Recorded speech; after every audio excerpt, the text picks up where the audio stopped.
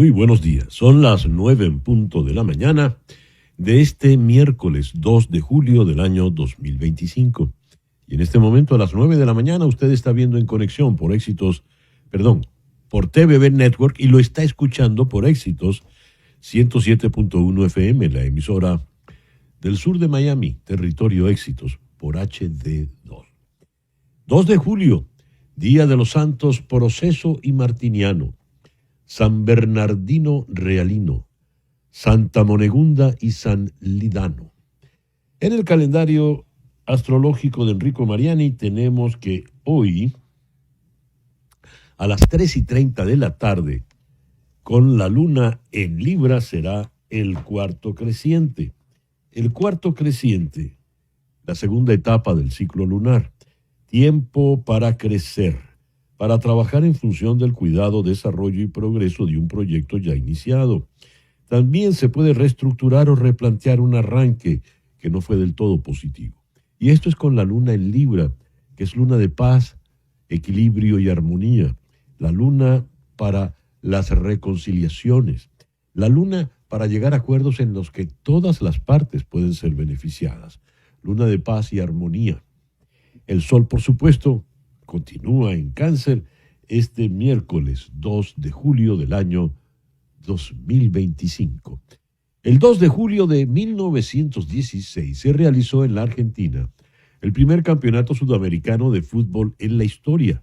Es lo que hoy se conoce como la Copa América. El primer juego lo ganó Uruguay por goleada contra Chile 4-0.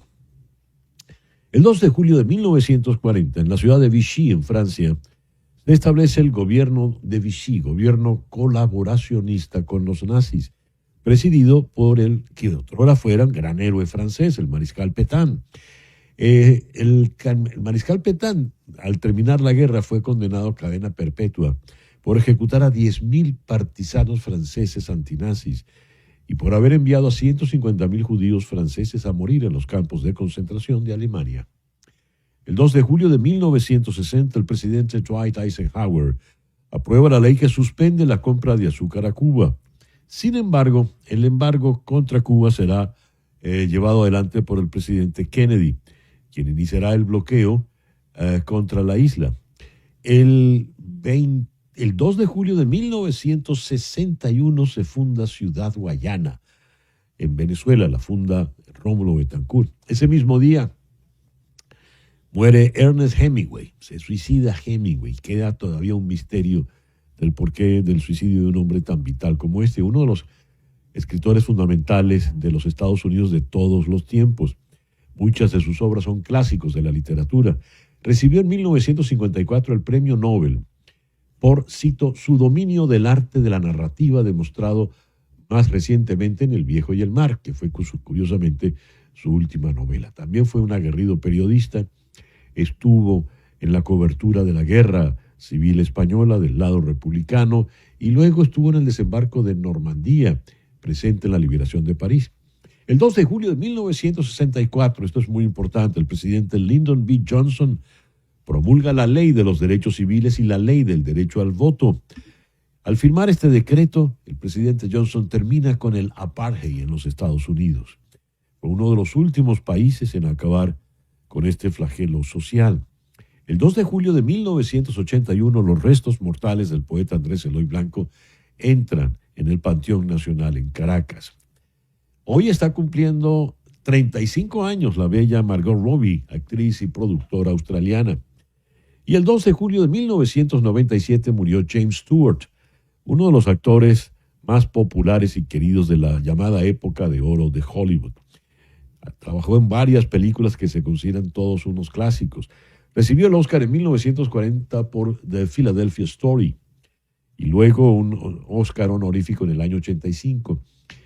Durante la guerra tuvo carrera militar, terminó incluso como general de brigada de la Fuerza Aérea de los Estados Unidos. El programa que te hemos preparado para el día de hoy lo vamos a iniciar aquí en Miami con el economista Alberto Bernal. Con Bernal vamos a abordar la aprobación en el día de ayer por la mínima diferencia del Big Beautiful Bill. Luego, aquí en Miami, vamos a conversar con Ernesto Rangel, el analista de inversión. Con él vamos a tocar la línea política, la estrategia del señor Jerome Powell, el presidente de la Reserva Federal, y sus impases con el presidente Donald Trump. Luego, en Madrid, vamos a conversar con Fernando Carrión, quien es un periodista especializado en los temas del Medio Oriente. Con él vamos a hacer un balance de la situación allí en el Medio Oriente, con Israel de protagonista, Irán, Gaza, en fin. En Boston vamos a conversar con el abogado especializado en inmigración, Julio Enríquez. Con Enríquez vamos a tocar el tema de la Alcatraz Alligator, la cárcel que recién se ha inaugurado en los pantanos de Florida, en los Everglades. ¿Qué les espera a los migrantes que sean enviados a esa cárcel? El foro de hoy, el cambio es lo único permanente. ¿Cómo y por qué cambiamos de opinión? ¿Es bueno cambiar de opinión? ¿Por qué no es bueno permanecer siempre en una misma postura, si ese es el caso? En Madrid vamos a contar con la psicóloga y psicoterapeuta Diana Jiménez. Y en Madrid también con el psicólogo clínico Samuel Krakauer. Luego vamos a conversar con el economista José Manuel Puente, titular del IESA y la Universidad de Oxford. Con él vamos a analizar la economía venezolana. Según la proyección del Fondo Monetario Internacional, Venezuela está entre los 3 países que en este año 2025 tendrán la peor contracción del Producto Interno Bruto. Y vamos a cerrar aquí en Miami con Mari Montes, la dama del béisbol, para hacer un balance de lo que ha sido esta primera etapa, esta primera mitad de la temporada de Grandes Ligas, y en especial pondremos el acento en la actuación de los Big Leaguers venezolanos. Ese pues el programa que te hemos preparado para el día de hoy. Y a las 9:07 de la mañana vamos con las noticias más importantes de este miércoles 2 de julio.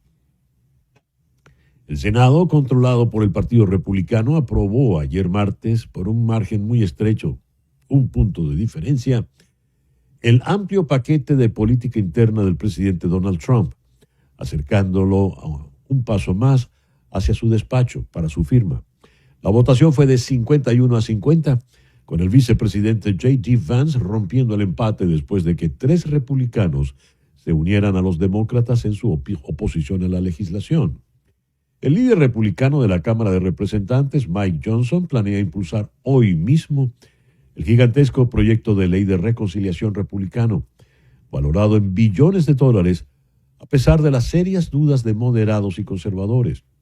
Esto marcaría la culminación de meses de trabajo de los líderes republicanos de la Cámara y el Senado, y le otorgaría al presidente Trump un logro legislativo emblemático, quizás el mayor que tendrá durante su segundo mandato en la oficina oval.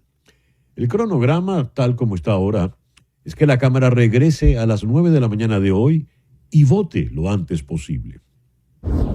El presidente Donald Trump visitó Florida para recorrer lo que se ha denominado Alcatraz Caimán, un controvertido centro de detención de migrantes en los Everglades, que según las autoridades está a punto de llenarse en cuestión de horas. El presidente estuvo acompañado por la secretaria de Seguridad Nacional, Kristi Noem, el gobernador de Florida, Ron DeSantis, y otros funcionarios estatales de gestión de emergencias, durante el recorrido por las instalaciones improvisadas que el Estado construyó a los pocos días de recibir la aprobación federal la semana pasada. Me pareció muy profesional, muy bien hecho, dijo el presidente Trump. La señal se cayó. Hay que volver a retomarla. Ok. Entonces vamos a volver aquí. Sí, ok. Vamos a comenzar. Vamos aquí. Comienza aquí. El presidente estuvo acompañado. Vamos con esa parte. Aquí, Trump, Alcatraz, Alligator. Una pausa y regresamos con César Miguel Rondón en Conexión. Éxitos ahora con sonido digital en HD2. Caballeros, ¿de verdad quieren que su vida sexual sea solo suficientemente buena? Si la disfunción eréctil está afectando los momentos íntimos que usted y su pareja las autoridades está a punto de llenarse en cuestión de horas. El presidente estuvo acompañado por la secretaria de Seguridad Nacional, Kristi Noem, el gobernador de Florida, Ron DeSantis, y otros funcionarios estatales de gestión de emergencias durante el recorrido por las instalaciones que se construyeron en cuestión de horas. Me pareció muy profesional, muy bien hecho, eso dijo el presidente tras recorrer el centro, que cuenta con filas de literas cercadas y un perímetro de alambres de púas. Es realmente el trabajo conjunto del gobierno, remató el presidente. Durante la visita, Trump, y frente a la prensa, amenazó con arrestar al candidato demócrata a la alcaldía de Nueva York, Zohran Mamdani, si es elegido alcalde y no permite que los funcionarios federales de inmigración arresten a inmigrantes indocumentados en la ciudad. Trump también lo llamó comunista. A mí dijo que no aceptaría esta intimidación. Además, insistió el presidente en que deportaría a ciudadanos estadounidenses que cometan delitos violentos, lo cual es ilegal. Y amenazó también, junto con la secretaria de Seguridad Nacional, la señora Noem, con procesar a CNN por informar sobre una aplicación que advierte a la gente sobre redadas de inmigración. El presidente Donald Trump anunció anoche que Israel aceptó una propuesta actualizada para un alto el fuego de 60 días en Gaza, que garantizaría la liberación de algunos rehenes. Instó a Hamas a aceptar el acuerdo, advirtiendo en Truth Social, cito, la situación no mejorará, sino que empeorará. Tras negociar un alto el fuego entre Israel e Irán tras 12 días de guerra, Trump presiona ahora para lograr un avance en Gaza, donde el conflicto se ha prolongado durante más de año y medio. Israel aún no ha confirmado el anuncio del presidente Trump, mientras que Hamas afirmó estar, cito, listo y serio para llegar a un acuerdo. Fin de la cita. Pero Hamas reiteró su exigencia del fin de la guerra. Anteriormente, el embajador de Israel ante Naciones Unidas declaró a la BBC que el país está listo para una tregua, pero solo cuando todos los rehenes supervivientes tomados el 7 de octubre de 2023 sean repatriados. Estados Unidos suspendió algunos envíos de armas a Ucrania ante la preocupación de que sus propias reservas hayan disminuido demasiado, según informaron las autoridades en el día de ayer, lo que representa un revés para el país en su intento por defenderse de la escalada de ataques de Rusia. Bajo la administración Biden se habían prometido ciertas municiones a Ucrania para reforzar sus defensas durante la guerra, que ya dura más de 3 años. La pausa se produjo después de que funcionarios del Departamento de Defensa analizaran las reservas estadounidenses actuales y expresaran su preocupación. Esta decisión se tomó para priorizar los intereses de Estados Unidos tras una revisión del apoyo y la asistencia militar de nuestra nación a otros países del mundo. Eso declaró la portavoz de la Casa Blanca, Anna Kelly, en un comunicado. La fuerza de las Fuerzas Armadas de los Estados Unidos sigue siendo incuestionable. Pregúntenle a Irán, remató ella. El presidente de Irán promulgó una ley que exige al gobierno suspender la cooperación con el Organismo Internacional de Energía Atómica, OIEA, según informaron medios estatales hoy, miércoles. La ley, aprobada por el Parlamento y por el Consejo de Guardianes la semana pasada, fue promulgada formalmente por el presidente Masoud Pezeshkian en una carta fechada al día de ayer, 1 de julio. La medida obliga al gobierno a suspender la cooperación con la OIEA en virtud del Tratado de No Proliferación Nuclear y sus salvaguardas hasta que se cumplan ciertas condiciones, incluida la protección de las instalaciones nucleares y de los científicos iraníes. El ministro de Defensa israelí, Israel Katz, anunció que creará una unidad dirigida por la policía en cooperación con el ejército y la Agencia de Inteligencia Interior, Shin Bet, que gestione la violencia de los colonos israelíes contra las tropas tras los incidentes de los últimos días. El lunes, el primer ministro Benjamín Netanyahu pidió investigar con celeridad el ataque perpetrado en la noche del domingo por decenas de colonos judíos contra una base militar en Cisjordania, después de que un grupo de soldados supuestamente hiriera de bala a un chico de 14 años en otro altercado el pasado viernes. El propietario de CBS News, Paramount, pagará $16 millones para resolver la demanda de Donald Trump por la edición de una entrevista con la vicepresidenta Kamala Harris en 60 Minutes. El dinero se dividirá entre el pago de los honorarios legales de Trump y su biblioteca presidencial. Los abogados creían que el caso de Trump tenía poco mérito legal, pero los propietarios de Paramount están tratando de vender la compañía a Skydance y les preocupa que la hostilidad de Trump pueda obstaculizar el acuerdo. El escrutinio de 60 Minutes por parte de Shari Redstone, accionista clave de Paramount, también provocó la renuncia de su productor ejecutivo.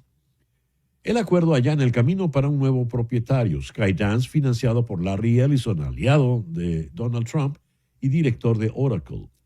El equipo legal de Trump dijo en un comunicado que el presidente está responsabilizando a los medios de noticias falsas por sus mentiras y engaños. Cita textual. Un tribunal en los Estados Unidos completó una segunda ronda de licitación en una subasta de acciones de la matriz de Citgo Petroleum, propiedad de Venezuela, después de que al menos 3 consorcios presentaran ofertas revisadas en junio, lo que aumentó las esperanzas de los acreedores de recibir el pago de parte de la deuda pendiente de Venezuela.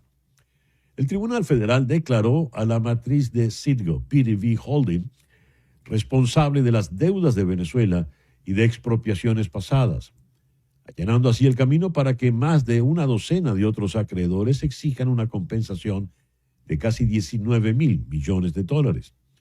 Si Venezuela, propietaria del 100% de la refinería y de sus matrices con sede en Estados Unidos, no logra retener parte del capital, perdería su activo más importante en el extranjero.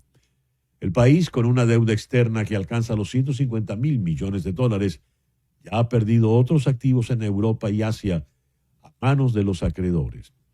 La oposición venezolana, que en 2019, a través de su mayoría en el Congreso, designó las juntas directivas que ahora supervisan la refinería, ha trabajado durante años para retener a Citgo, incluyendo la financiación de defensas legales y el cabildeo en Washington. El Departamento del Tesoro, que ha protegido a Citgo de los acreedores en los últimos años, debe aprobar al eventual ganador de la subasta. En Caracas, la Asamblea Nacional volvió a sesionar ayer martes 1 de julio, luego de más de un mes sin convocar a la plenaria para declarar persona non grata al alto comisionado de Naciones Unidas para los Derechos Humanos, Volker Turk, y solicitar a la administración de Nicolás Maduro el retiro de Venezuela de dicha oficina. Cito: vamos a declarar persona non grata a él y los que trabajan con él. Vamos a votar que Venezuela se salga de la hipócrita oficina del alto comisionado. Mientras esta basura siga ahí, no tenemos nada que buscar en esa oficina. Así son las palabras de Jorge Rodríguez, el presidente de la Asamblea Nacional, al someter a votación la propuesta que dio a conocer un día antes. El reloj nos indica que son las 9:19 de la mañana. Vamos ahora con nuestro editorial del día de hoy. He leído recién la noticia que viene de Caracas, donde nos dice la decisión de la Asamblea Nacional de Jorge Rodríguez. Y lo personalizo porque más que ser Asamblea Nacional, pareciera que es el órgano particular, privado, de su presidente, del doctor Rodríguez. La nota, reparemos en la primera frase, que ya dice mucho. La Asamblea Nacional volvió a sesionar este martes 1 de julio, luego de más de un mes sin convocar a la plenaria. Es decir, es una asamblea que no trabaja. Se reunieron luego de un mes sin hacer absolutamente nada. Y solo, para en medio de la histeria, declarar persona non grata a Volker Turk. ¿Por qué le declaran persona non grata? Recordemos la entrevista que tuvimos ayer con Luis Carlos Díaz, periodista y activista de derechos humanos, y él ya había advertido que esto podría ocurrir. Nos comentaba Díaz que el pasado viernes 27, en Ginebra, Volker Turk presentó un informe pormenorizado, cada vez más detallado y específico, de las múltiples violaciones de derechos humanos que ha cometido la dictadura venezolana a partir del 28 de julio pasado, cuando perdió de manera humillante las elecciones presidenciales Nicolás Maduro ante Edmundo González Urrutia. Pues bien, la reacción del régimen en el día de ayer, por boca de Jorge Rodríguez, solo le da la razón a lo que ha dicho Volker Turk. Esa pataleta del día de ayer indica que la Oficina de Derechos Humanos de Naciones Unidas ha dicho la verdad. Si no, ¿por qué tanta histeria? Si no, ¿por qué tanta rabia? Y entonces deciden, pues, salir de la oficina mientras esa basura, es decir, el señor Turk, esté allí. En la reseña de lo acontecido ayer que nos da efecto Cocuyo, me llama la atención el siguiente párrafo. Rodríguez no se limitó a la propuesta de citar persona non grata y expulsar la oficina. En sintonía con la diputada y exministra de Asuntos Penitenciarios Iris Varela, solicitó a Tarek William Saab, miren qué trío, abrir una causa a Turk en Venezuela por la supuesta comisión de delitos penados en la legislación nacional. Este señor ha cometido crímenes penados en Venezuela por cómplice de secuestro de migrantes venezolanos en Estados Unidos y El Salvador. Eso no tiene ningún sentido. Es un calumniador, un hipócrita. El fiscal debe abrirle una causa. ¿Por calumniador? ¿Por hipócrita? ¿Qué es eso? Y cita acá, dijo que se le va a hacer una carta al Papa León XIV denunciando la situación de los migrantes venezolanos, migrantes que han salido pues precisamente por la culpa del régimen que él representa y que será firmada por todos los venezolanos en Venezuela. Y me llama la atención la postura de José Gregorio Correa, del partido AD Judicializado. Hay actores nacionales que también han apoyado las medidas contra los migrantes venezolanos, las actuaciones de Volker Turk y las sanciones internacionales contra el país. Debemos condenar la conducta del alto comisionado y otros funcionarios que han guardado silencio por omisión o por cobardía. La pelea hay que darla desde adentro, dijo este señor Correa. Y otros parlamentarios como Saúl Ortega, del PSUV, alertaron que informes como el presentado por Turk ante el Consejo de Derechos Humanos de Naciones Unidas, escuchen, busca justificar una agresión internacional contra Venezuela, al igual que lo hace la líder opositora María Corina Machado, al haber señalado en una entrevista que en el país funciona una fábrica de drones de combate de tecnología iraní. Una cosa es que se diga que allí en Venezuela hay una fábrica de drones iraníes y otra es que se esté pidiendo una invasión internacional. María Corina Machado, y eso nos lo comentó ayer Jorge Ramos, al momento de entrevistarla, Ramos le preguntó por una eventual invasión extranjera a Venezuela, a lo cual, recordemos, María Corina Machado se opuso con firmeza. Pero como decía al principio, la pataleta de ayer solo indica que el señor Volker Turk tiene toda la razón. Son las 9:24 de la mañana, una pequeña pausa y al regreso nuestra primera entrevista del día de hoy aquí en Conexión.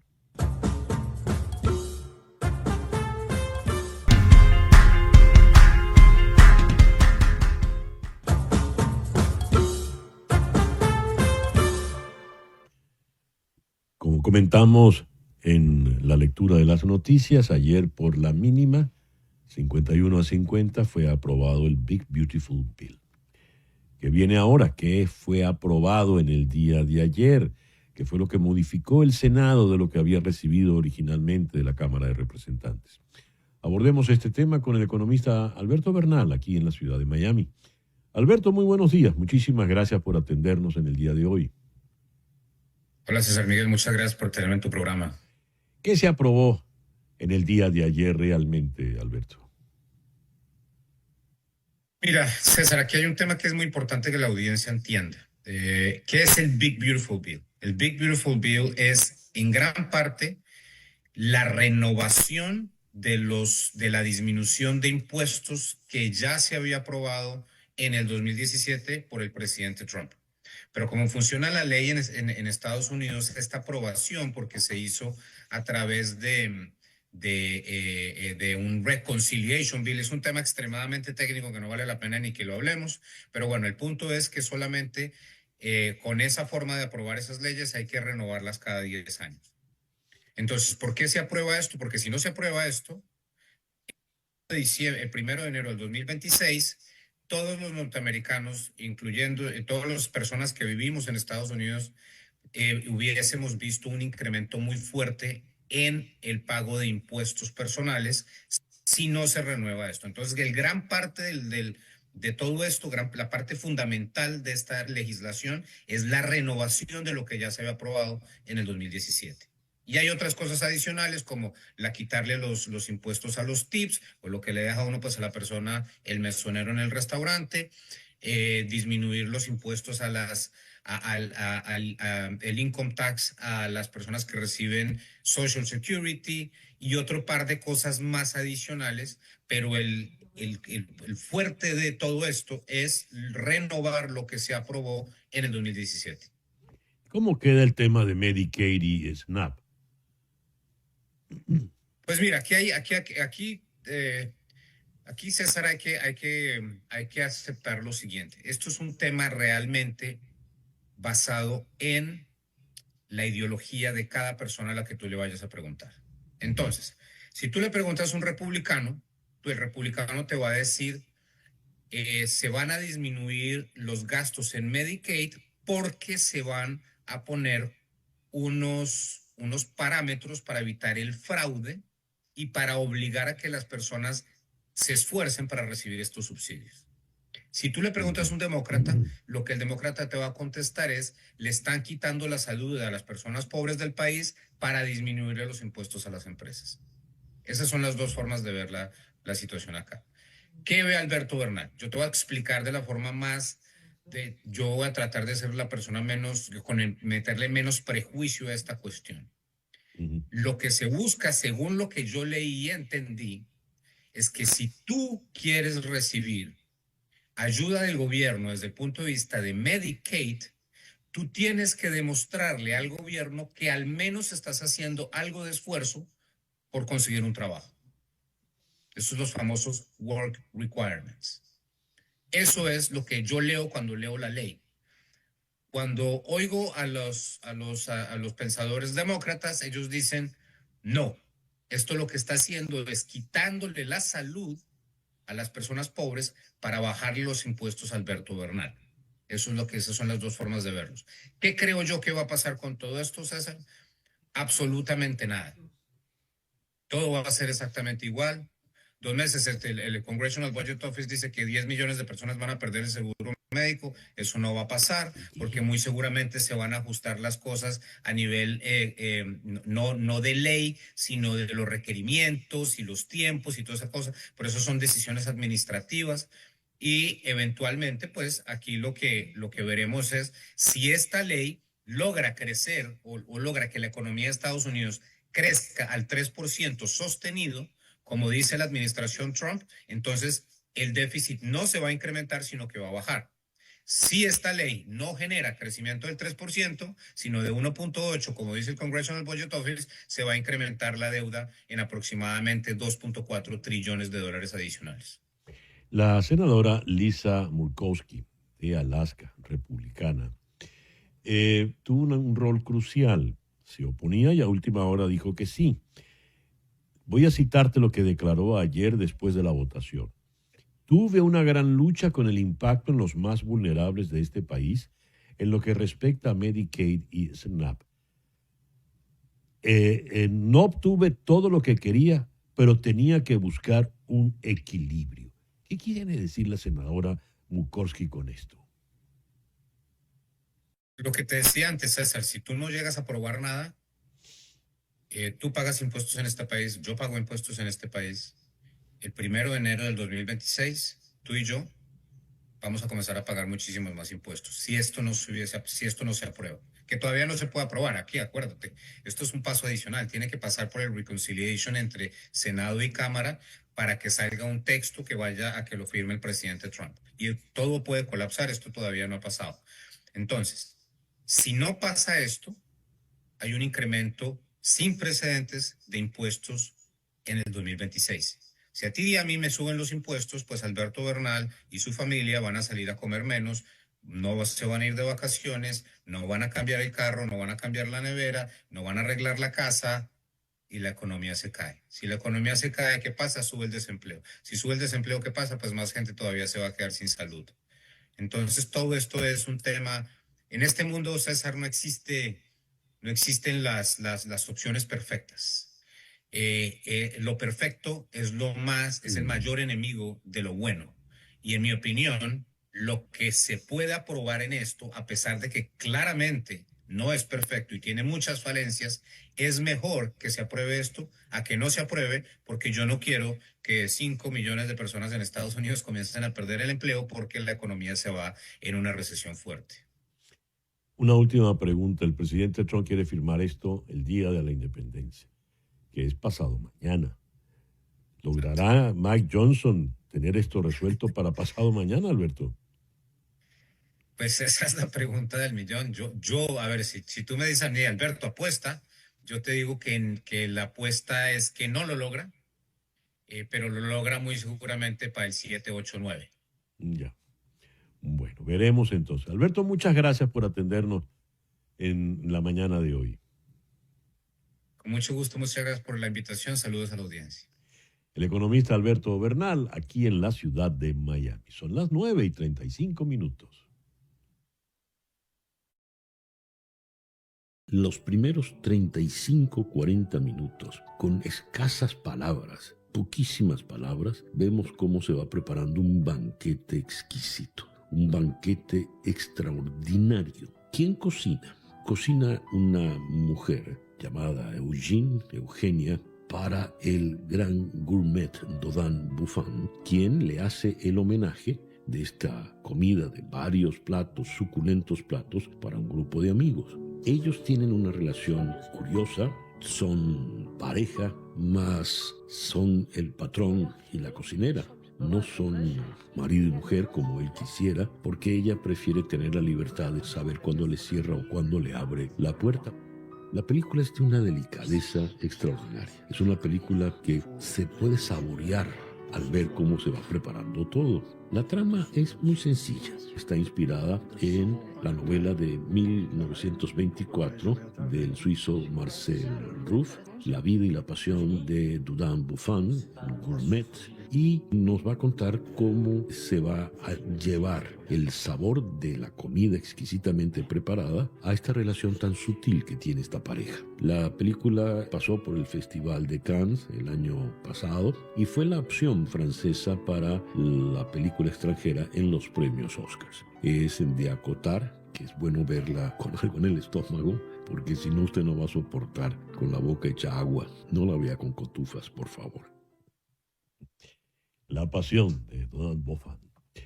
Son las 9:37 de la mañana. Leo lo siguiente. La Reserva Federal ya habría recortado los tipos de interés si los aranceles del presidente Donald Trump no fueran tan sustanciales. La Reserva Federal ya habría bajado las tasas si no fuera por el tema de los aranceles del presidente. Quien ha dicho eso es nada menos que el presidente de la Reserva Federal, Jerome Powell, y lo dijo ayer en una reunión del Banco Central Europeo en Sintra, Portugal. El presidente Donald Trump no aguantó la respuesta y reaccionó de inmediato. Cualquiera sería mejor que él al frente de la Reserva Federal. Vamos vamos a abordar este tema tan delicado y peliagudo con Ernesto Rangel, Investment Chief Officer de aquí en la ciudad de Miami. Ernesto, muy buenos días. Gracias por estar con nosotros en el programa de hoy. Hola César, ¿cómo estás? A ver, me gustaría tu interpretación como experto en finanzas y en temas de bolsa de lo que ha declarado ayer en Portugal el señor Powell. Bueno, mira, el FED le está diciendo claramente a Trump que si bien el efecto de esta guerra comercial no se ha plasmado en la inflación, porque la verdad es que no lo ha hecho, probablemente parte de la cadena de distribución ha absorbido parte de estos costos, mientras se decide finalmente qué tipo de aranceles van a haber, qué tipo de acuerdos van a haber. Entonces, si bien eso no se ha manifestado en la inflación, la Fed le está diciendo a Trump, mire, hasta que usted no cierre bien cuál van a ser estos acuerdos comerciales y esta incertidumbre salga del mercado, nosotros no podemos bajar las tasas porque no sabemos si esto va a terminar amistosamente en una situación de guerra comercial y por ende eso puede traer inflación si estos acuerdos no se cierran bien. Esa es la razón por la cual no es porque haya habido inflación, tampoco es verdad que hay inflación. La inflación ha estado bastante controlada, más de lo que mucha gente había pensado este mes de mayo inclusive. Pero esa inflación se ha controlado precisamente gracias a las acciones del señor Powell en la Fed, ¿no? Pregunto. Sí, ha hecho un muy buen trabajo. La verdad que inclusive durante esta época complicada del post-COVID, con la cadena de suministro, ha hecho un gran trabajo en mantener la inflación, en bajar la inflación. Fíjate que llegamos a unos niveles preocupantes y estamos por debajo de 3 ya. Entonces yo creo que él ha hecho su trabajo bastante bien, pero no quiere apresurarse. Yo diría que lo que él dice es verdad. Nosotros hubiéramos tenido por lo menos un par de cortes de tasas si no hubiésemos entrado en esta guerra comercial. Que esta guerra comercial es necesaria, no es necesaria, ya eso es otro punto, pero esto es un elemento de incertidumbre que la FED está siendo cautelosa en no bajar las tasas para después tenerlas que subir corriendo porque la inflación se le disparó. ¿Cuál es el rol de la Fed? ¿Cómo funciona la Fed? Bueno, ellos, su mandato principal es, y se lo reiteró, por cierto, en esta declaración que tú señalaste, mira, mi mandato principal como Fed es que haya empleo y que la inflación esté bajo control. Esas son mis dos prioridades y la verdad que si te pones a ver, la creación de trabajo ha estado, si acaso, demasiado bien y la inflación también. O sea, esas son las dos variables que el FED se tiene que encargar en controlar. Y eso lo ha hecho muy bien, por ende, él no quiere adelantarse, pero yo también entiendo al presidente. Fíjate que los bancos europeos han cortado tasas y el dólar, de cierta manera, se ha visto afectado un poco por eso, porque ellos sí están viendo que por lo menos desde el lado de la economía americana, cualquier persona quisiera que pasara lo mismo aquí. Lo que pasa es que el impacto de la guerra comercial de Estados Unidos, como se la planteó inicialmente, le daría un golpe, si no se resuelve, le daría un golpe muy fuerte a la inflación aquí en Estados Unidos. Entonces, sí hay una diferencia entre Europa y Estados Unidos en cuanto a la situación en que cada país se encuentra. Ahora, pongamos, Ernesto, que el señor Powell le hace caso, obedece al señor Trump y baja las tasas. ¿Qué ocurre? Bueno, mira, eso es una muy buena pregunta, porque las tasas que están hablando aquí de las tasas y tasas y tasas, lo único que está controlando es la tasa por la cual los bancos se prestan, que es la tasa que controla el FED. La verdadera tasa que impacta la economía es la tasa de 10 años, que es una tasa que se mueve por el libre mercado. Esa tasa es la que impacta las hipotecas, es la que impacta la economía real. Y es de alguna manera la que a Trump le importa y que le importa al secretario Bessent. ¿Por qué? Porque esa tasa, acuérdate que tenemos el único problema que hay aquí que yo veo, vamos a decir, en la economía, es que definitivamente la parte inmobiliaria está bastante dormida porque los precios de los inmuebles han subido mucho, las rentas terminan de bajar, siguen vamos a decir, subiendo poco a poco, y esa parte tiene a la gente un poco incómoda. Entonces, Claro. sí es verdad que esa parte es la que quiere el presidente que se ayude, pero realmente la tasa de la FED es una tasa indicadora, no es realmente, ellos sí pueden ayudar un poco, pero al final lo que está pasando en el Senado y en el Congreso esta semana tal vez es hasta más importante que lo que haga la FED, porque la FED puede, mira, aquí vamos a decir, las expectativas de corte de tasas son de este año son de dos veces en el año, ¿no? Lo que queda, inclusive hay gente que dice que hasta 3. Pero ponte tú que eso pase. O sea, y bajamos de 4.33 que estábamos a 3.60, más o menos, si hacen esos 3 cortes, ¿verdad? Pero si este tema del presupuesto y este tema vamos a decir, de lo que no han podido controlar, que es el gasto del gobierno federal, eso es lo que tiene de alguna manera a las tasas de largo plazo donde están, ¿no? Si eso lo logran controlar mejor, yo creo que vamos a tener una economía mucho más sana y no depende tanto de la FED. La FED pone ese indicador a la cual los bancos se prestan. Es verdad que es un indicador importante, pero tampoco es el que fija las tasas de largo plazo. Ahora, hay una discusión, conocemos al presidente Trump y su carácter y el carácter del señor Powell, que es muy todo lo contrario, como muy sosegado. ¿Realmente puede el presidente Trump salir del señor Powell? Y si es así, él dice, cualquiera lo haría mejor que él. Hasta dijo, Bueno, la señora Noé podría hacerlo. Primero, la contradicción es que él lo puso ahí, ¿no? Él fue el que bajo su presidencia, vamos a decir, se instauró Powell, que por cierto, antes de Powell estaba Janet Yellen con la cual ya Trump peleó, porque ella subió las tasas en el 2017, le empezó a decir que eso no era correcto, y bueno, trajo a Jerome Powell, y eso fue durante su presidencia, y no se ha llevado muy bien. No lo puede votar, es muy complicado, y además tampoco conviene, porque acuérdate que esto ya él en el 2026, en febrero, sale o se reelige. O sea que si Trump quiere cambiarlo, lo que tiene que esperar, la verdad, son muy pocos meses. Ya. En definitiva, ¿qué sería lo ideal, Ernesto? Lo ideal sería que cerrara rápido Trump este tema de las tarifas, que hoy, por cierto, no salió una muy buena noticia con eso, porque Japón está incómodo.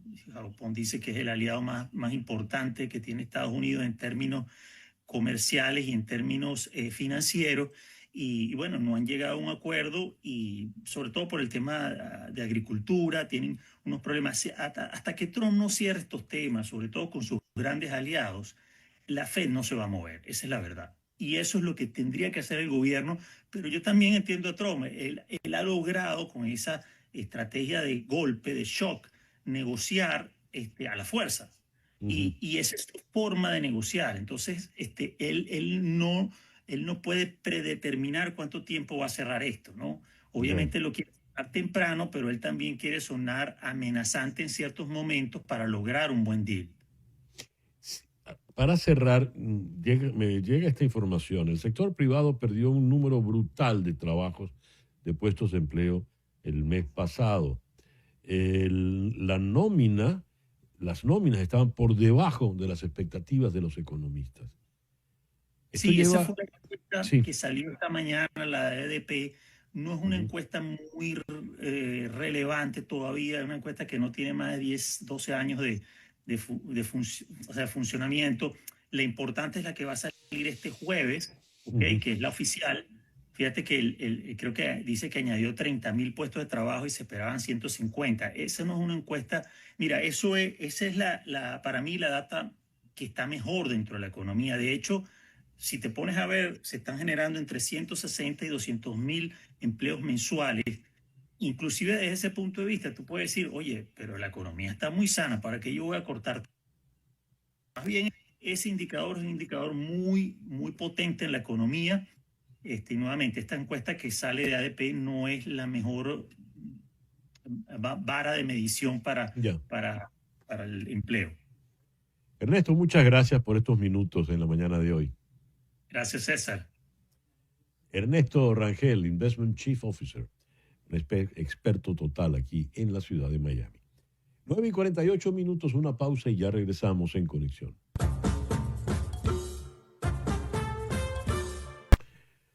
El reloj indica 9:51 de la mañana, hora del este, aquí en los Estados Unidos.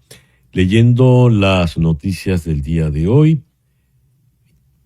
pasamos por esta. El presidente Trump anunció anoche que Israel aceptó una propuesta actualizada para un alto el fuego de 60 días en Gaza que garantizaría la liberación de algunos rehenes.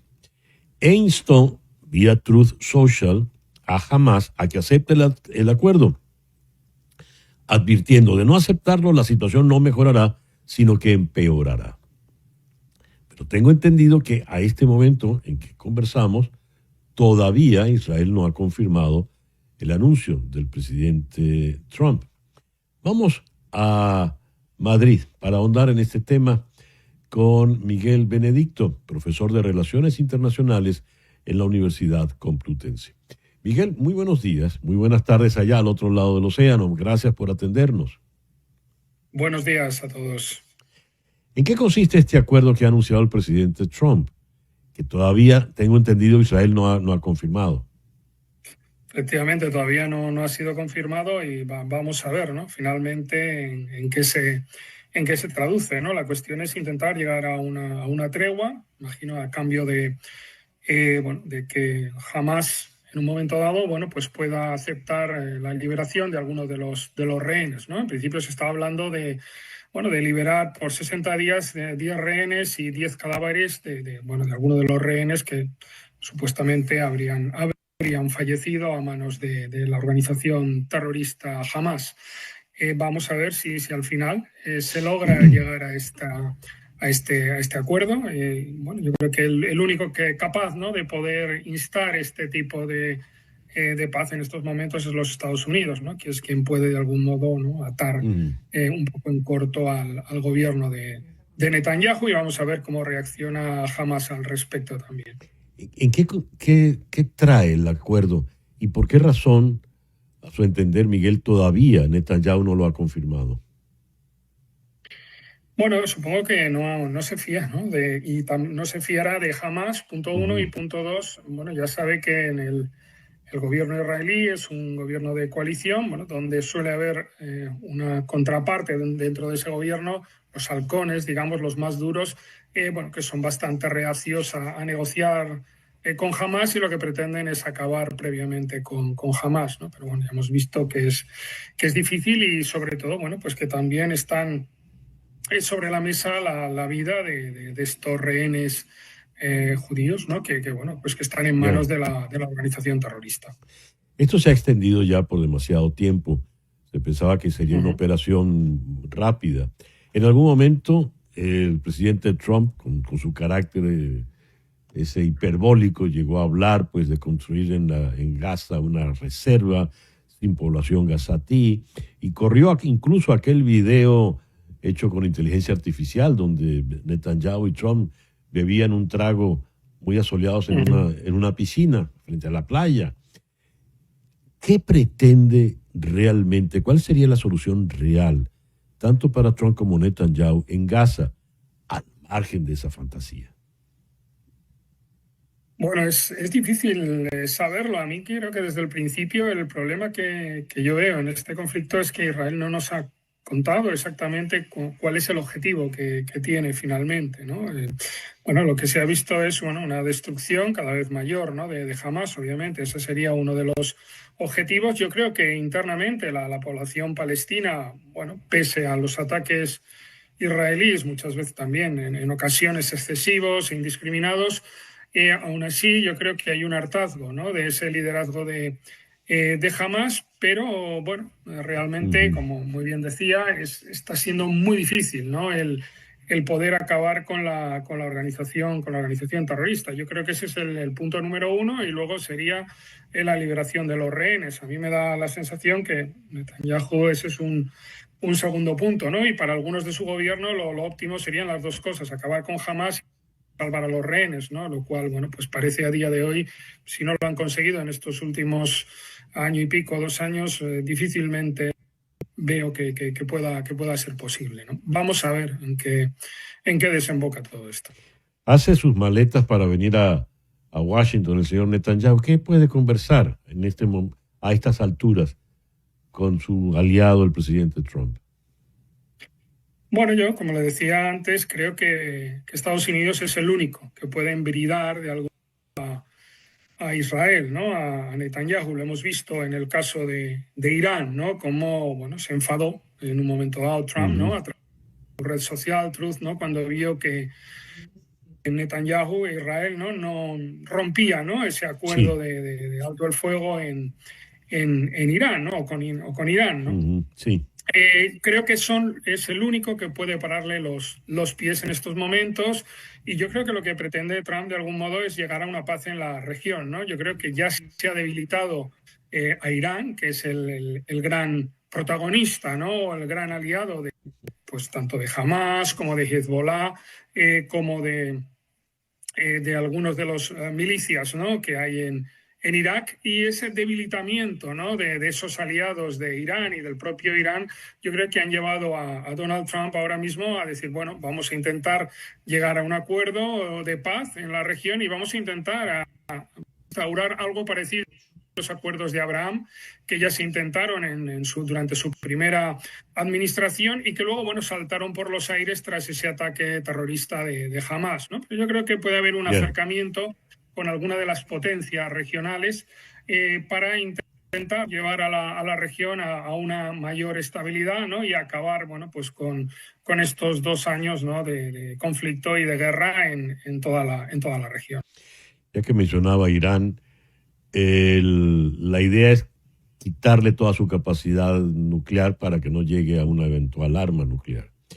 Pero la noticia que hemos leído es que el presidente iraní ha ordenado suspender toda colaboración con la Organización Internacional de Energía Atómica. ¿Qué representa esta decisión? ¿Qué significa sobre todo para Europa, por ejemplo?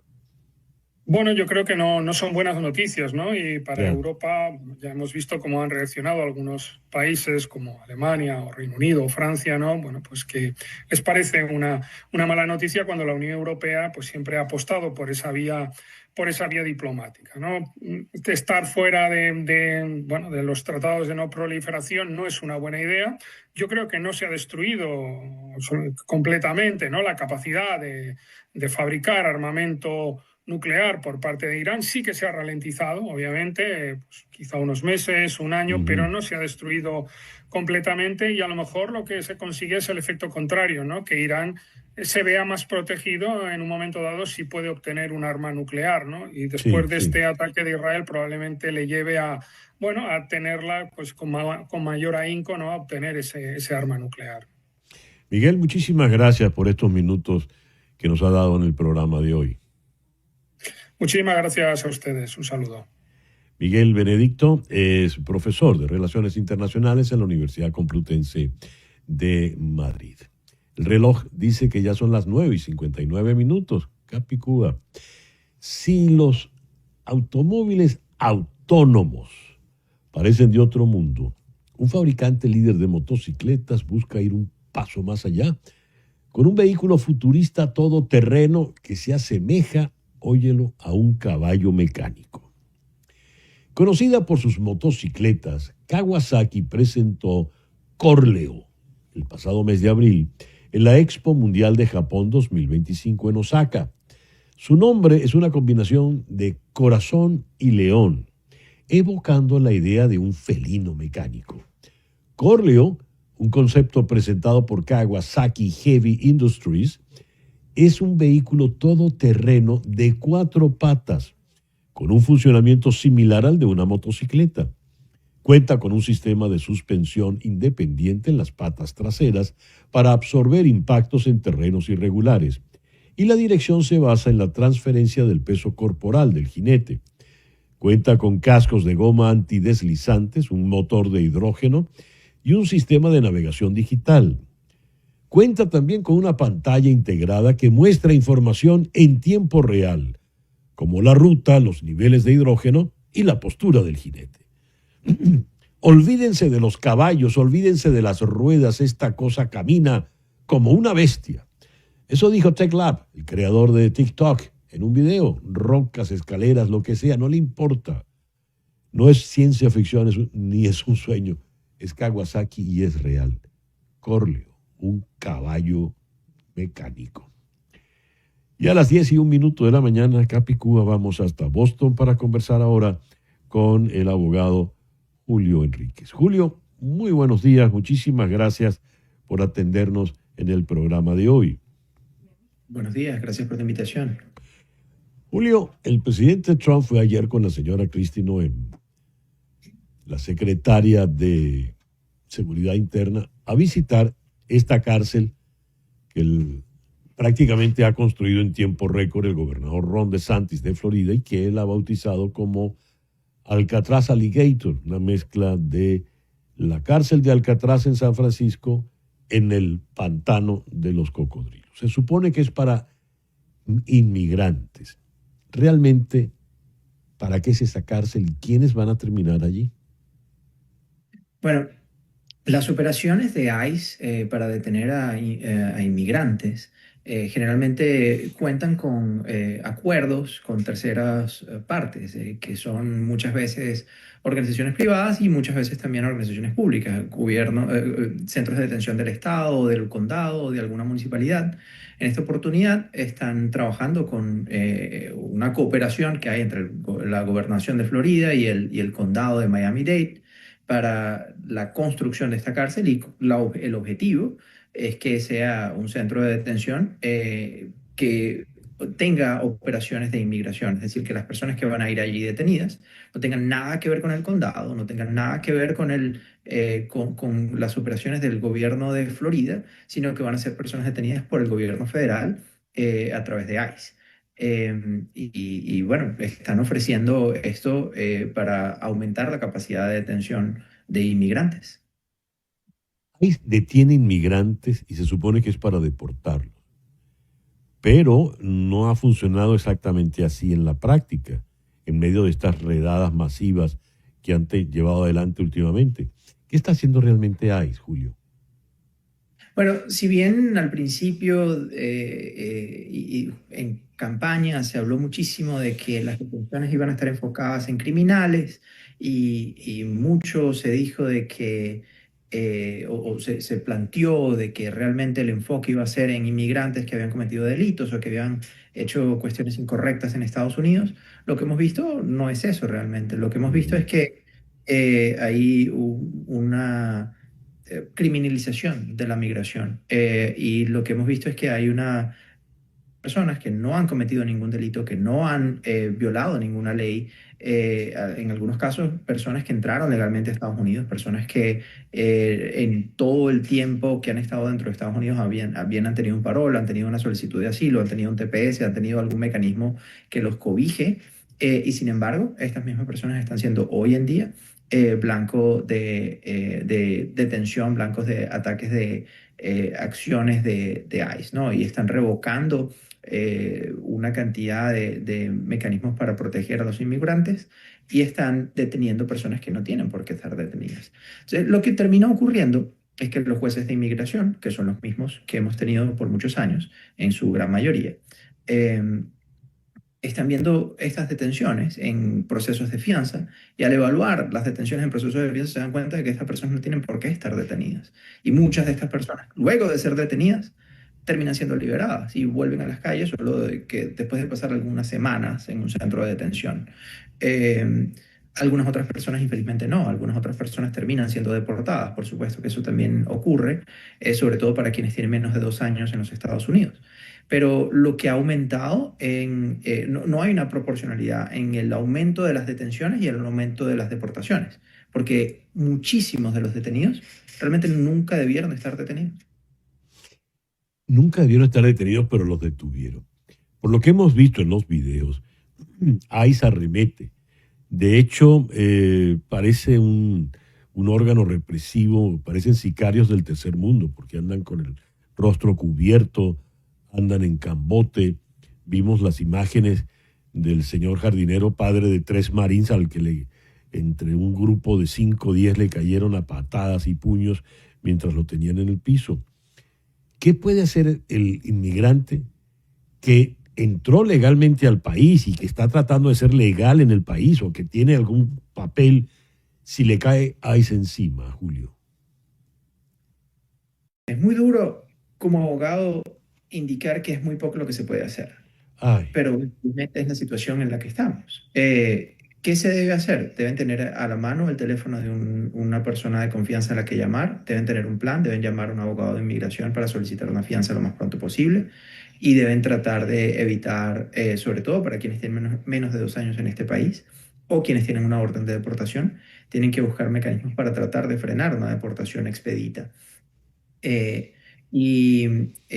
pues ese plan lo tienen que tener a la mano y ese mecanismo, esas llamadas telefónicas, tienen que saber cómo hacerlas, a quién llamar, eh, porque pues ahí se está moviendo con mucha velocidad y muchas veces estas detenciones, sobre todo si ocurren, por ejemplo, en un estado donde las leyes para la liberación de las personas con fianza son mucho más flexibles, son más liberales.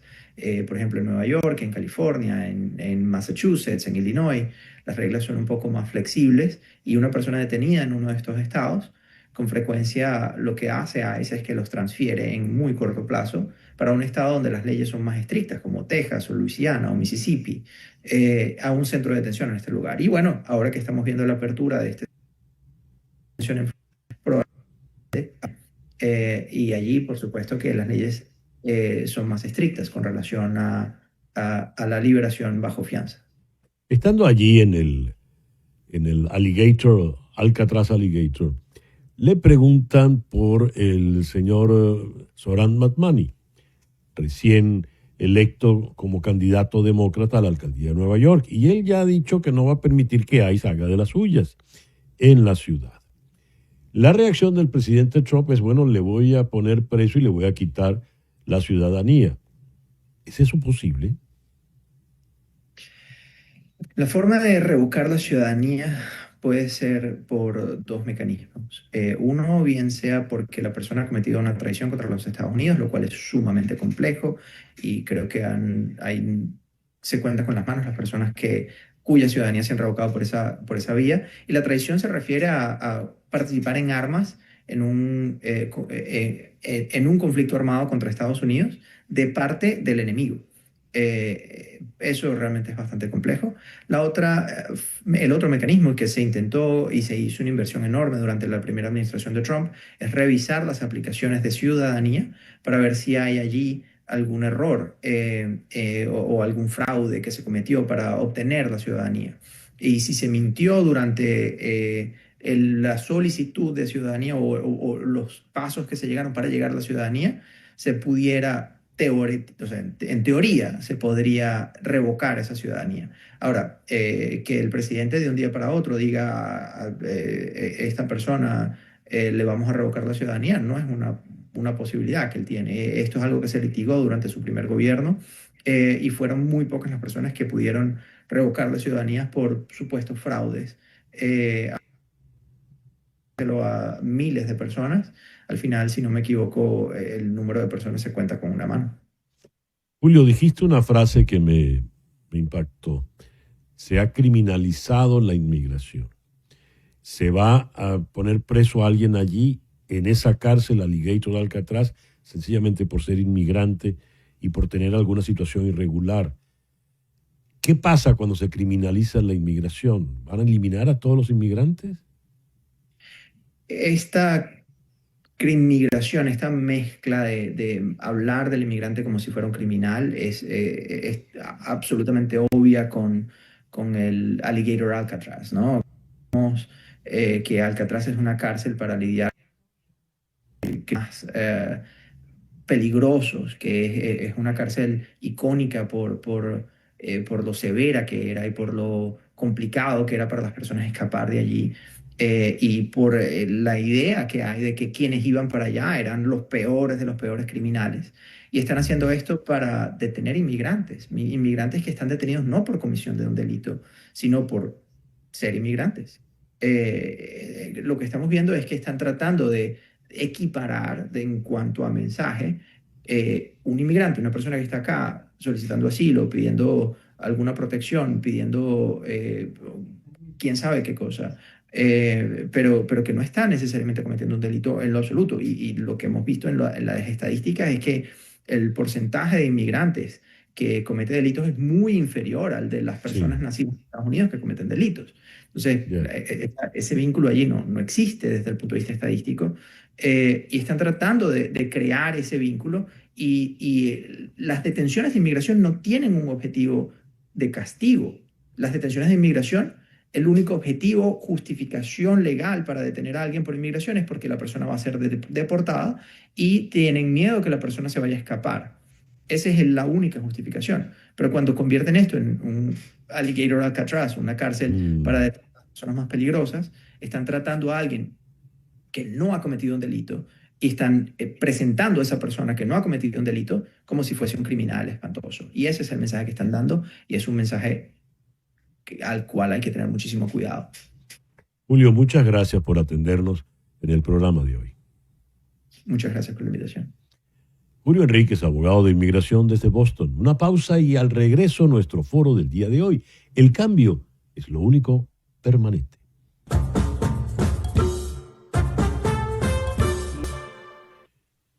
Son las 10:15 de la mañana, hora del este. El cambio es lo único permanente. ¿Cómo y por qué cambiamos de opinión? ¿Es bueno cambiar de opinión? ¿Es malo cambiar de opinión? ¿Cómo vemos esto? Ese es nuestro foro en el día de hoy. Y para abordarlo vamos a ir a la ciudad de Madrid, donde coinciden hoy nuestros dos foristas. Ella es Diana Jiménez, psicóloga y psicoterapeuta neuroeducadora, y él es Samuel Krakauer, psicólogo clínico profesional del cuadro médico de Sanitas. Samuel, Diana, muchísimas gracias por acompañarnos en el programa de hoy. Gracias. Muchas gracias por la invitación, César Miguel.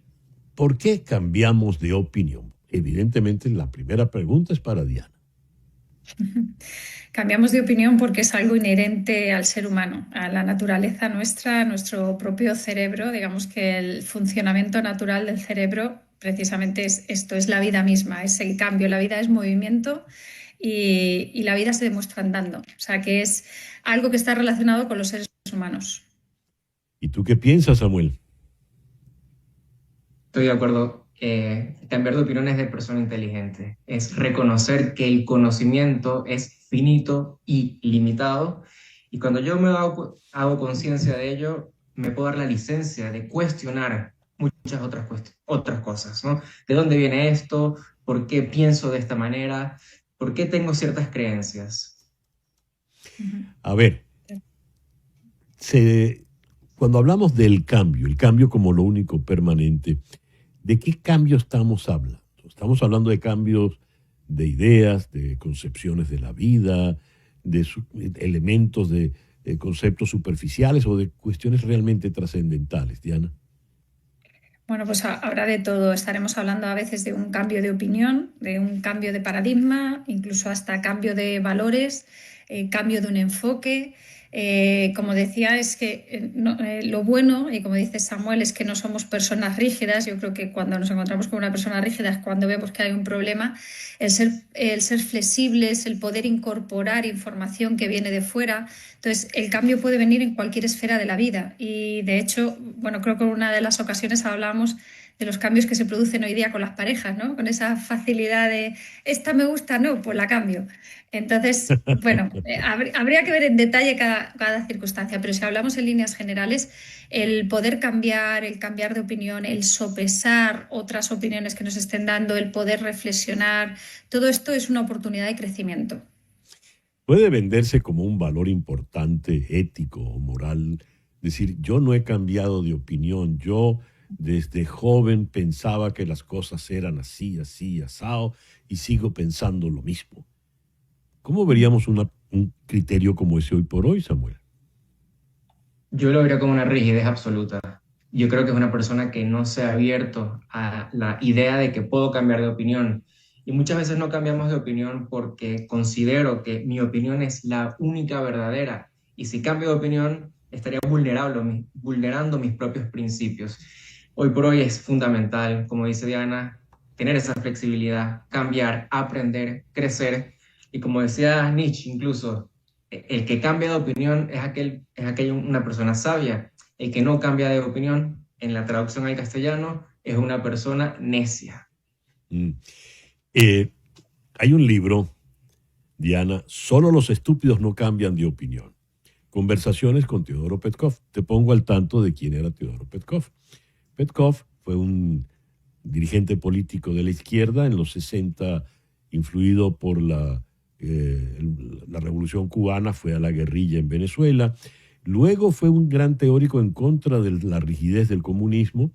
De hecho, fue execrado del Partido Comunista por el propio Brezhnev y terminó siendo, digamos, un teórico de la socialdemocracia.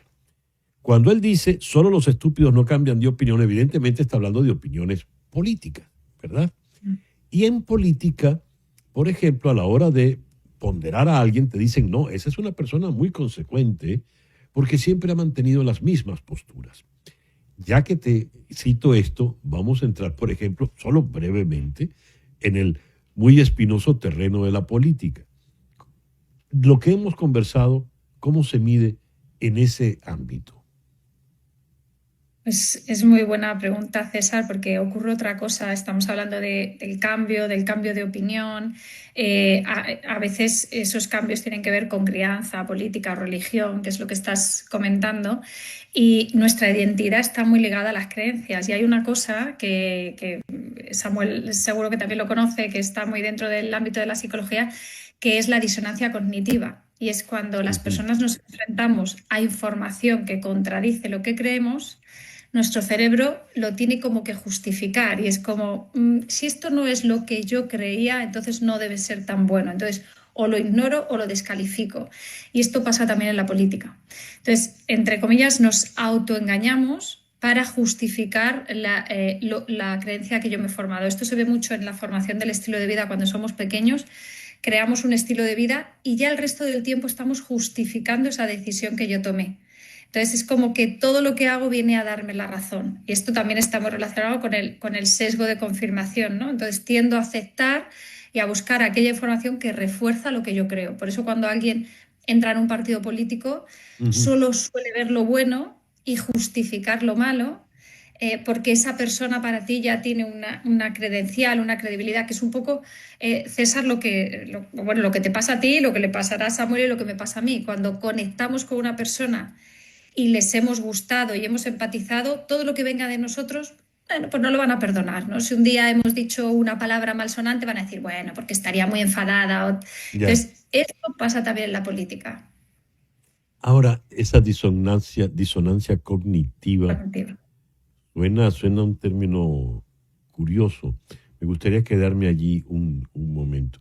Me gustaría pensar un poco, Samuel, ya que lo mencionaste, en el necio de Nietzsche. ¿Cómo definía Nietzsche a ese necio? ¿Por qué era un necio? Porque es la persona que no cambiaba, ¿no? Estamos hablando de las opiniones, ¿sí? Y la manera que uno cambia de opinión es cuando abraza esa nueva información que va a ir recibiendo. Si yo recibo nueva información, tengo mi propio criterio, entiendo que es mi conocimiento, puede ser limitado, entonces ahí, como dije anteriormente, me doy la licencia de cuestionar.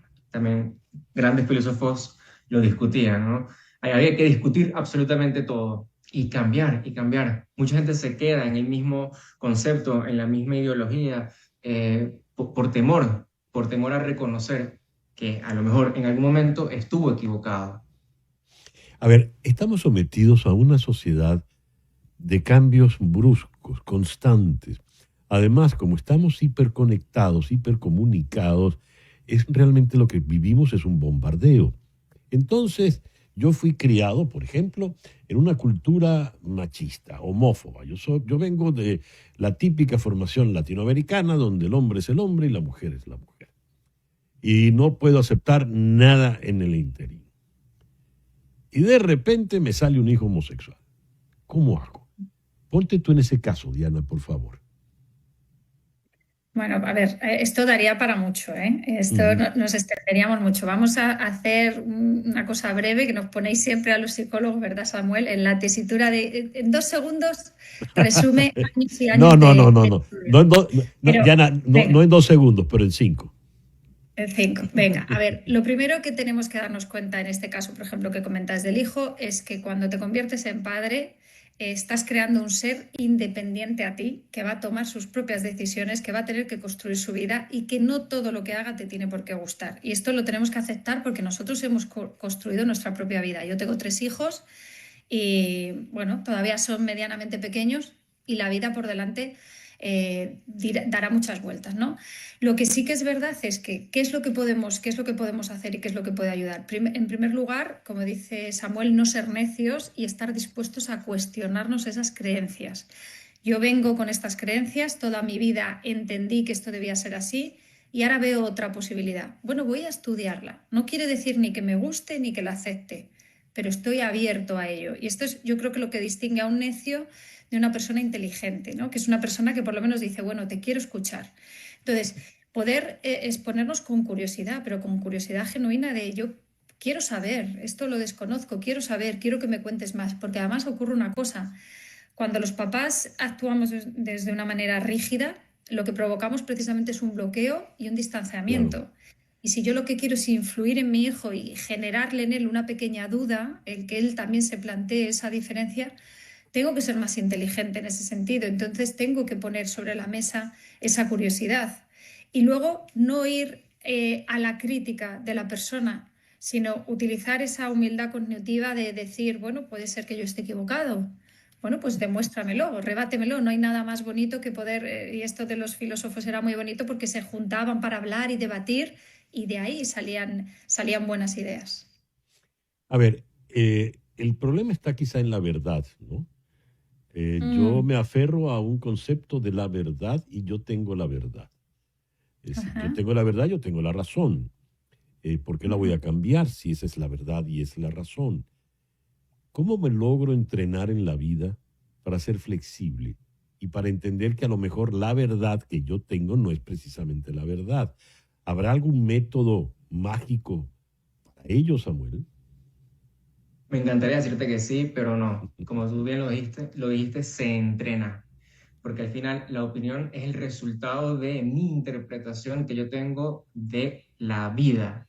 Entonces, evidentemente, esto viene con una mochila de aprendizajes, enseñanzas que han sido incluso hasta preconcebidas y para mí el cuestionar esto llevará su tiempo.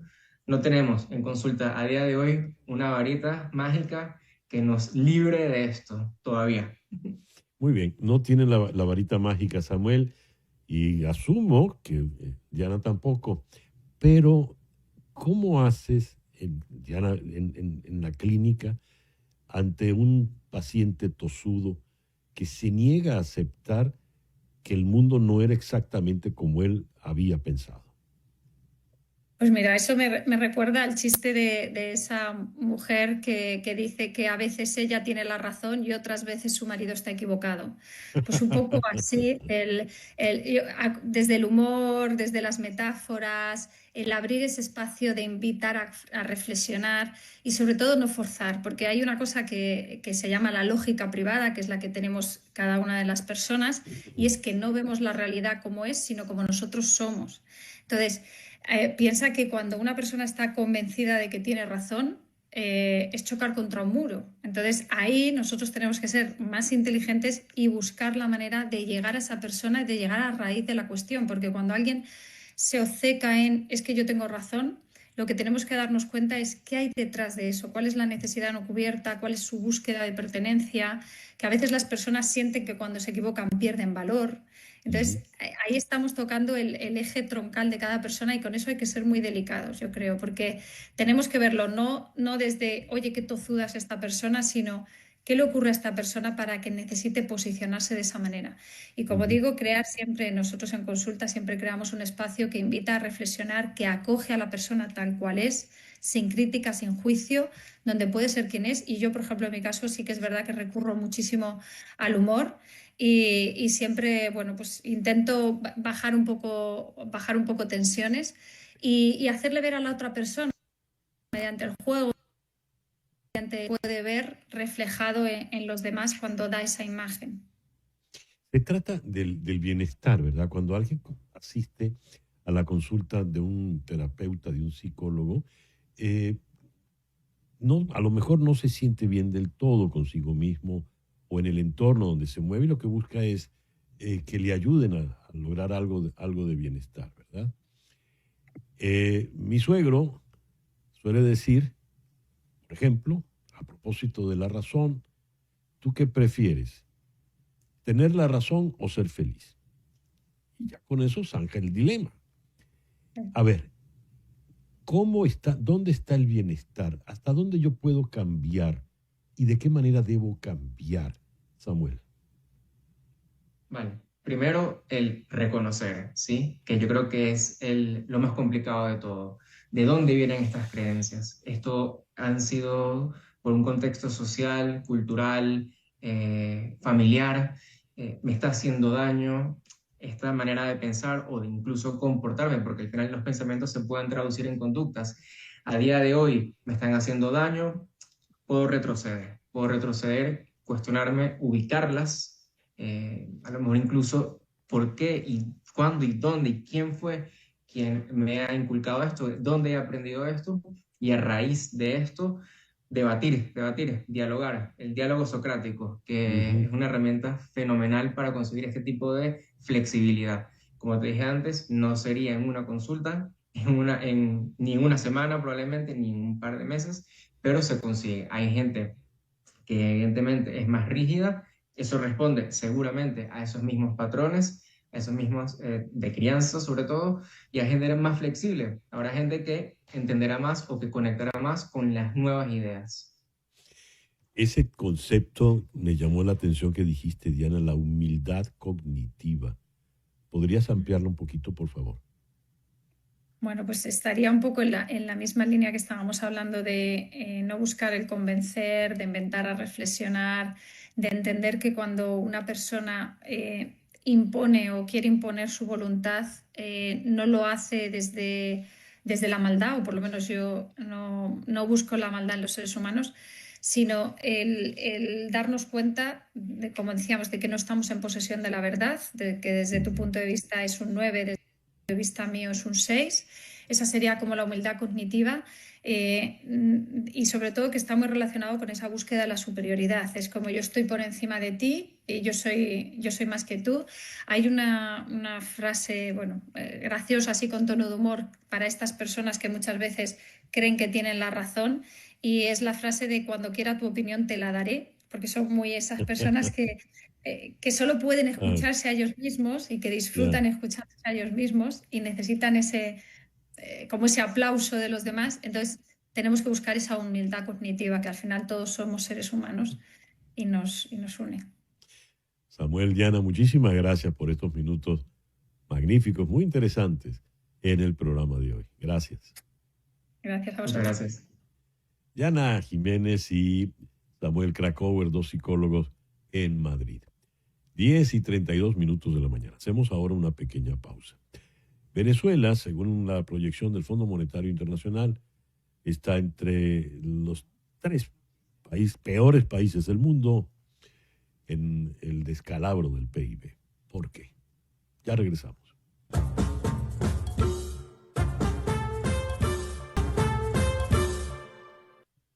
Son las 10:36 de la mañana, hora del este, aquí en Estados Unidos. Tengo esta noticia de última hora. Sean Diddy Combs fue declarado culpable de un delito relacionado con la prostitución, pero absuelto hoy de los cargos de tráfico sexual y extorsión que podrían haber condenado a una de las figuras más célebres del hip hop a cadena perpetua. El resultado dispar se produjo en el tercer día de deliberaciones. Combs, de 55 años, podría pasar hasta una década en prisión y probablemente ponga fin a su carrera como exitoso ejecutivo musical, empresario de moda, embajador de marca y estrella de la telerrealidad. El juicio giró en torno a las acusaciones de que Combs abusó de 2 novias durante años en fiestas de raros con drogas, obligándolas a tener relaciones sexuales con acompañantes masculinos y otros hombres, mientras él dirigía, filmaba y se masturbaba. La fiscalía dedicó más de 6 semanas a llamar a testigos para respaldar las acusaciones, incluyendo a las principales presuntas víctimas, Cassandra Casey Ventura, y una mujer que testificó bajo el alias Jane para proteger su privacidad. Ventura alegó que Combs la violó y la golpeó con frecuencia durante sus 11 años de relación, incluso cuando ella se opuso a participar en fiestas de encuentros casuales. Jane, quien salió con Combs varios años después de Ventura, afirmó que vivía a las órdenes del productor, incapaz de librarse de las fiestas sexuales tras volverse económica y emocionalmente dependiente de él. Combs ha estado encarcelado sin derecho a fianza desde su arresto en septiembre. Sus abogados sostienen que ambas mujeres consintieron e incluso disfrutaron de un estilo de vida sexual liberal y que los celos o la perspectiva de grandes indemnizaciones las motivaron a hacer acusaciones falsas. Esto acaba recién de ocurrir. Vamos a otros asuntos. El Fondo Monetario Internacional, en su proyección de este año 2025, nos determina las economías con la mayor contracción en su Producto Interno Bruto, en su PIB. Sudán del Sur se va a contraer menos 4,31%. Guinea Ecuatorial, menos 4 contra 20%. Y en tercer lugar, Venezuela, con el 4%. Menos 4%. Después, Irak, menos 1,50%, Yemen, 1,50%, Haití, menos 1%. ¿Qué significa una contracción de esta envergadura? Vamos a consultarlo con el doctor José Manuel Puente, profesor titular en el IESA de Caracas y en la Universidad de Oxford. José Manuel, muy buenos días. Gracias por atendernos. Buenos días, César. Un gusto estar contigo nuevamente. ¿Qué significa una contracción del menos 4% del PIB? No, es una muy mala noticia. Como bien tú dijiste, el Fondo Monetario acaba de actualizar hace unas semanas sus proyecciones para el mundo. Y hay al menos 10 países que claramente van a vivir una contracción de su PIB. Tú ya me hablabas de Sudán del Sur. Sudán es un país que vive una guerra civil y además grandes desajustes sociales. Es el país con el índice de desarrollo humano más bajo del planeta. Guinea Ecuatorial y después Venezuela con menos 4%. Y bueno, en la lista sigue inclusive hay un mundo enrarecido. Alemania, que es el motor económico de Europa, dado variables endógenas y exógenas, también está presentando problemas para crecer y se está contrayendo por primera vez en décadas. Y en el caso venezolano es muy claro que hay 3 o 4 variables que han afectado muy fuertemente su desempeño económico. Lo político le está generando mucho ruido a lo económico. El conflicto político electoral de las elecciones del 28 de junio, la poca claridad en el resultado electoral y el conflicto del debate político y social que ha generado le está haciendo daño a la economía. Los anuncios de un cambio constitucional, una reforma constitucional, también están generando mucho miedo en los mercados y en los agentes económicos. Y, por supuesto, los errores en política económica, particularmente en política fiscal, monetaria y cambiaria, y sobre todo el desajuste cambiario que ha vivido Venezuela en los últimos meses, donde su tipo de cambio pasa de 36 a 130 o 140 bolívares por dólar. Entonces eso genera un efecto inflacionario y ese efecto inflacionario un efecto recesivo muy fuerte. Entonces las perspectivas de Venezuela han cambiado muy fuertemente entre diciembre, enero de este año y lo que es mayo, junio, donde veíamos un crecimiento moderado con una inflación de 2 dígitos, ahora vemos una contracción de al menos 3 o 4% y lamentablemente la inflación más alta del mundo para el 2025 en Venezuela. A ver, supongo que el ciudadano de Sudán del Sur está viviendo en situaciones de extrema penuria, además del hecho de la guerra. Algo parecido el ciudadano de Guinea Ecuatorial, 4,31%, menos 4,31, menos 4,20. Y Venezuela, menos 4, porque quiero llamar la atención de que el país que le sigue a Venezuela es Irak, con menos 1,50. Y ya la contracción no suena tan severa. ¿Cómo vive entonces el venezolano promedio de hoy con esos números, José Manuel? Claro, eso es una pregunta clave, César, porque esto se suma a la catástrofe macroeconómica que ha vivido Venezuela en los últimos 20 años. Recordemos que entre el año 2014 y 2020 Venezuela perdió 73-74% de su PIB y tuvo una hiperinflación entre el 17 y el 21, 2019 y 2021. Entonces es un país que vive un ciclo recesivo tan agudo, una enfermedad que le hace perder 75% de su masa muscular económica y que vive una hiperinflación y que ahora nuevamente se enfrenta en el 2025 a una muy probable recesión con la inflación más alta del mundo, se suma a muchos desequilibrios económicos y políticos y está teniendo impactos devastadores en el ciudadano. Y tú me dices, ¿cómo vive el ciudadano venezolano? Los venezolanos no viven, solo sobreviven, César. Lo que está pasando es que muchos venezolanos no están comiendo 3 veces al día, ya nos han tenido que dejar el colegio para ponerse a trabajar, la universidad para ponerse a trabajar, han tenido que emigrar. Esa es una de las razones por las que Venezuela tiene el flujo migratorio más grande del mundo en términos de su población. Cerca de 8 millones de almas que están esparcidas por el mundo buscando alguna posibilidad de sobrevivir y sobre todo de ayudar a sus familiares en Venezuela a que sobrevivan a través de las remesas. Que esa es una de las cosas dramáticas pero también hermosas de Venezuela. Cómo los venezolanos en medio de este gran colapso macroeconómico siguen siendo solidarios y los que salen y son cabezas de playa en el exterior, en Santiago, en Lima, en Miami, están ayudando a sus familias a sobrevivir. Pero básicamente es un país donde el 86% de la población vive en pobreza, de acuerdo a ANCOVI, que es la última encuesta social. Es decir, solo un 7 o 8% de la población tiene holgura económica para vivir cómodamente. Las grandes mayorías no tienen un ingreso que le permita acceder a la canasta básica de alimentos y medicinas. Y esa es la realidad de Venezuela hoy, un país en una muy profunda crisis económica, política, social y migratoria. Eso, supongo, obligará a que se incremente la migración de los venezolanos. Pregunto. Sí, César. De hecho, acabamos de escribir un paper, un documento que se va a publicar en Debates y ESA. Se va a publicar en unos días y básicamente lo que conseguimos es que en el 2025 se está dando una nueva oleada migratoria. Esos terribles desequilibrios económicos son uno de los motores claves que empuja a muchos venezolanos a buscar opciones fuera de Venezuela. Y esos desequilibrios que se están dando a lo largo del 2025 están generando una nueva oleada migratoria que se suma a los 8 millones. Nosotros creemos que probablemente, lamentablemente, para el cierre del 2026, Venezuela podría tener más de 9 millones, cerca de 10 millones de venezolanos fuera de sus fronteras como consecuencia de esta nueva oleada, que se suma a las grandes crisis económicas y políticas que ha tenido Venezuela desde el año 83. Esto es como una acumulación de desencuentros en materia económica y política que han llevado a un país con el potencial extraordinario, con las principales reservas petroleras del mundo, a tener un muy pobre desempeño macroeconómico. Yo diría que es probablemente la economía con el peor desempeño macroeconómico del mundo en los últimos 20, 25 años. Y particularmente en esta década se ha agudizado. José Manuel, muchísimas gracias por compartir con nosotros en la mañana de hoy. Un gusto como siempre, César. Hasta pronto. José Manuel Puente, economista, profesor en el IESA y en Oxford.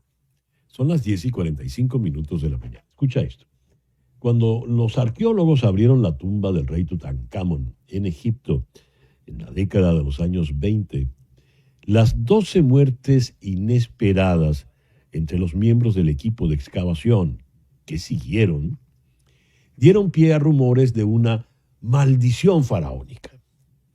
Décadas más tarde, sin embargo, los médicos especularon que las esporas de hongos podrían haber contribuido a esas muertes. Ahora, investigadores de la Universidad de Pensilvania han descubierto una nueva forma de aprovechar ese hongo, utilizándolo para tratar la leucemia. Al detallar sus hallazgos en la revista Nature Chemical Biology, los científicos aislaron una nueva clase de moléculas del hongo tóxico para los cultivos Aspergillus flavus. Tras modificar las sustancias químicas, el compuesto resultante mostró prometedoras propiedades anticancerígenas que rivalizaban con los fármacos aprobados por la FDA al probarse contra células leucémicas, según un comunicado de prensa, lo que abre nuevas fronteras para los medicamentos fúngicos. La naturaleza nos ha dado esta increíble farmacia, dijo la autora principal Sherry Gao en un comunicado de prensa. Nos corresponde a nosotros descubrir sus secretos. Como ingenieros nos entusiasma seguir explorando, aprendiendo de la naturaleza y usando ese conocimiento para diseñar mejores soluciones. Fin de la cita. No hubo tal maldición de Tutankamón. Son las 10:47. Estamos a 2 de julio y estamos ya acercándonos al Juego de las Estrellas que marca la mitad de la temporada de Grandes Ligas. Hagamos un balance de lo que ha ocurrido hasta ahora. ¿Con quién? Con la dama del béisbol, Mari Montes. Mari, muy buenos días. Gracias por atendernos. Gracias, César. Buenos días y buenos días a toda tu audiencia. Bueno, tenemos, yo creo que un buen balance, aunque echamos en falta, por ejemplo, a Luis Arraez peleando el liderato de bateo, está bateando por encima de 280, pero no ha logrado instalarse en el potro y quedarse allí. Esperamos que tenga una buena segunda mitad. Pero hablemos de los que han estado súper destacados y quiero comenzar por Gleyber Torres. Muchos están hablando en este momento de Eugenio Suárez, por supuesto, 26 jonrones, es el cuarto en esa posición. Además, Eugenio ha sido uno de los venezolanos que poquito a poco se convirtió en un gran slugger al ser uno de los 3 con 300 o más jonrones, hito que consiguió la semana pasada. Pero Gleyber Torres, César, ha sido clave para esta actuación asombrosa de los Tigres de Detroit en la división del centro de la Liga Americana. Con su guante ha estado jugando una segunda base súper sólida. Gusto da ver jugar a Gleyber Torres allí. Yo estoy siguiendo todos los juegos de los Tigres y por eso lo destaco. Y además de jonrones, batea 181 y es finalista al Juego de las Estrellas. Así que aprovecho para decirle a quienes nos están viendo que se metan en MLB.com y busquen para votar por las estrellas venezolanas que son finalistas. Gleyber Torres es finalista en la Liga Americana para la posición de segunda base y lo tiene muy merecido. También hay que destacar a otro segunda base de la Liga Americana que es José Altuve, César. No deja de ser estrella, ¿no?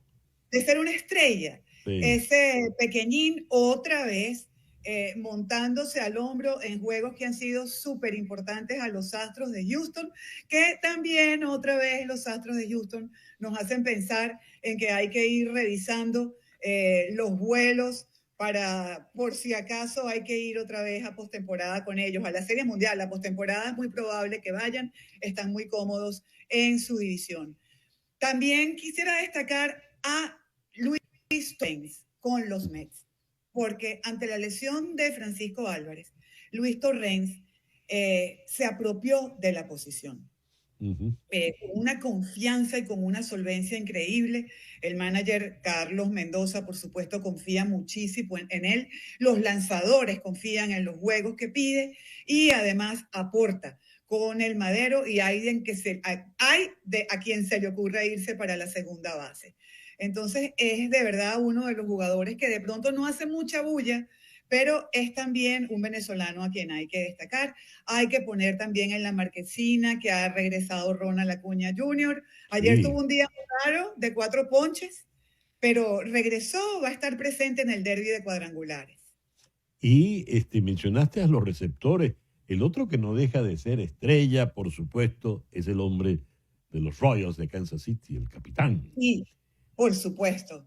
Él sigue construyendo su leyenda para un caso casi indiscutible de Salón de la Fama. Como te gustan los receptores, Wilson Contreras también no fue finalista para la lista del Juego de las Estrellas. También creo que lo merecía por lo que ha hecho con los Cardenales de San Luis, tanto ofensivamente como a la defensiva. Ha estado alternando como receptor y como primera base. Creo que Elías Díaz también como suplente, alternando con el Machete Maldonado en la receptoría de los Padres de San Diego, ha hecho un gran trabajo. Y no podemos dejar de lado, César, a Wilyer Abreu, porque Wilyer Abreu el año pasado se convirtió en el primer novato venezolano que ganó un guante de oro en su temporada de novato. Y hay que verle la cara a ganar un guante de oro en la Liga Americana en ese parque que es el Fenway Park. Y además de eso, esta semana, hace 2 días, logró un hito extraordinario, y es que dio el jonrón de piernas. Y un jonrón con las bases llenas, un Grand Slam. Y eso no sucedía desde que lo hizo en 1958, por allá, el señor Roger Maris. Así que pone su nombre al lado de una leyenda del béisbol, un muchacho que entusiasma mucho, así como Jackson Chourio. Avísame si los quieres ver porque van a estar el fin de semana aquí. ¡Ay, qué bien! Y bueno, es otro de los jugadores a quien sin duda alguna vale la pena ir a ver por la pimienta con la que juega, la alegría, su poder con el bate y por supuesto su cobertura. Él es de esos jugadores que uno dice que la parte de la tierra que no está cubierta por el mar, la cubre Jackson Chourio. Muy bien. Ahí nos hemos detenido y por razones obvias, y te lo agradezco mucho, en estas actuaciones de los venezolanos. Pero es que esta temporada ha sido una cosa muy interesante con Aaron Judge, con Ohtani, con este pitcher estelarísimo de los Tigres que está haciendo Dios. Tarik Skubal y Cal Riley, el catcher de Seattle, que tiene amenazado a Judge. ¿A quién se va a quedar con el récord de cuadrangulares en la Liga Americana? Porque, bueno, Judge lo tiene con 62 jonrones cuando dejó atrás a Roger Maris. Hay muchos en el béisbol que piensan que ese es el récord de cuadrangulares por temporada, pero ahí viene Riley amenazando. Increíble. Cuando comenzó en mayo, había gente que decía, bueno, él va a agarrar su ritmo. Bueno, sí, el ritmo consiste en que aumenta. Y es tremendo jugador. Por supuesto, Judge siempre va a ser un gusto verlo jugar. Ahí tiene otra vez a los Yankees en el hombro. Tiene muy cerquita a Toronto y muy cerquita a Tampa. Cuidado y no hay postemporada aquí en Miami, porque Tampa no tiene equipo para jugar postemporada. No pueden jugar en el George Steinbrenner en Tampa. Así que, ¿Vendrían para acá? Vendrían para acá. No está mal, ¿no? No, Una buena opción. ¿Te imaginas? Tampa Astros, algo así. O Tampa Yankees aquí. Pero bueno, lo cierto es que para no especular, están muy bien los Dodgers. También hay que ir buscando cómo están los vuelos para Los Ángeles en octubre, porque nuevamente son un equipo extraordinario. Ya Ohtani pichando con más confianza. Creo que lo vamos a ver avanzar un poco más en innings en la segunda mitad de temporada. Y bueno, una segunda mitad de temporada que tendrá esa, digamos, pelea en la Liga Americana, que está sabrosa, porque en otras divisiones, como en la del centro y en la del oeste, tienen que ponerse las pilas los que vienen detrás, porque los Astros y los Tigres se ven muy sólidos. En el este de la Liga Nacional está buena la pelea entre los Mets de Carlos Mendoza, que bajaron al segundo lugar porque subieron los Phillies de Filadelfia. De Ranger Suárez, no podemos dejar fuera a Ranger Suárez. Oye, sí, te iba a comentar, hablando de los Phillies. Hablando de los Phillies, Ranger es insólito, César.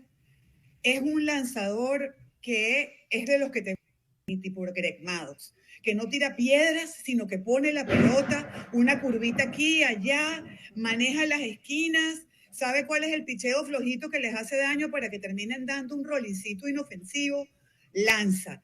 Hablamos de él con Dave Dombrowski y nos decía eso. Ranger Suárez es un pitcher y sin duda alguna lo es. Bueno, esto nos ha dado una maravillosa primera parte de la temporada y la experiencia, lo que me dice Mari, es que después del Juego de las Estrellas cambia todo, como que barajaran por completo, porque ocurren unas cosas muy raras, ¿no? Ocurren cosas, por eso te digo que se ven más o menos como que sólidos los Tigres, con la diferencia que tienen y Houston, pero en la Liga Americana, en el este puede pasar lo que sea. En la Liga Nacional también. Los Dodgers, por supuesto, son los Dodgers, pero los equipos se van a armar.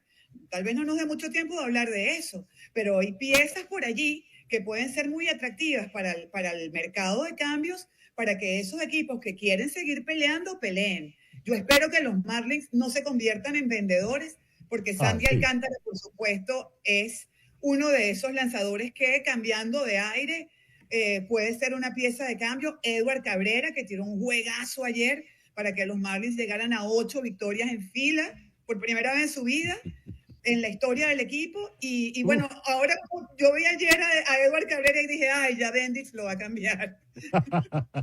Mari, mil gracias por estos minutos en la mañana de hoy. Gracias a ti, que sabes que me encanta hablar de béisbol. Ya lo sé, evidente. La gran Mari Montes, la dama del béisbol. Son las 10:58 de la mañana. Este jueves, en Conexión, el impacto de la subasta de Citgo en la economía venezolana. ¿Qué va a ocurrir con Citgo? En definitiva, este jueves en Conexión.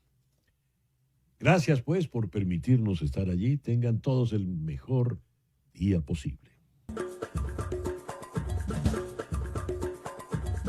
En Conexión fue una producción de Floralicia Anzola desde 360 Content para TVV Network en los estudios de éxitos Miami 107.1 HD2, con Laura Rodríguez en la producción general, Mariel Sofía Rodríguez en la producción informativa, Carlos Prato en los controles y ante el micrófono, quien tuvo el gusto de hablarles, César Miguel Rondón.